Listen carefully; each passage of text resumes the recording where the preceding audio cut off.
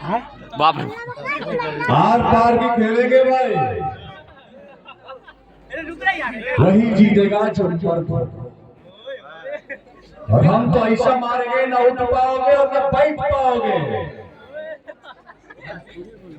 बाद में ले लेना।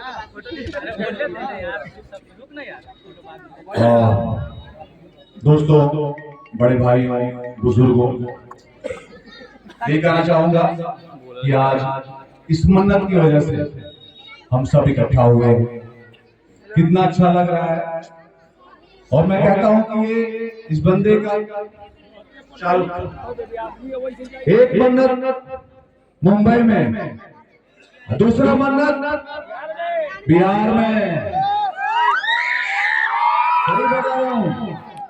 तो ये जिक्र है, शाहरुख खान अगर मुंबई में है तो एक बिहार में शाहरुख है, एक वहां मन्नत है, एक कहां मन्नत। तो दिल में, जिगर में जज्बात होनी चाहिए, शिद्दत होनी चाहिए। अगर आपके अंदर मन में लगन हो तो दुनिया की जो है हर ताकत कमजोर हो जाती है आपकी राह में आने से। तो मैं ही कहूंगा अपने तमाम भाइयों से कि मन से, शिद्दत से जो भी काम कर रहे हो, दुनिया का कोई काम छोटा नहीं होता,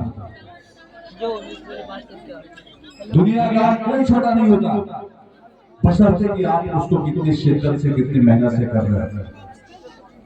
और हर इंसान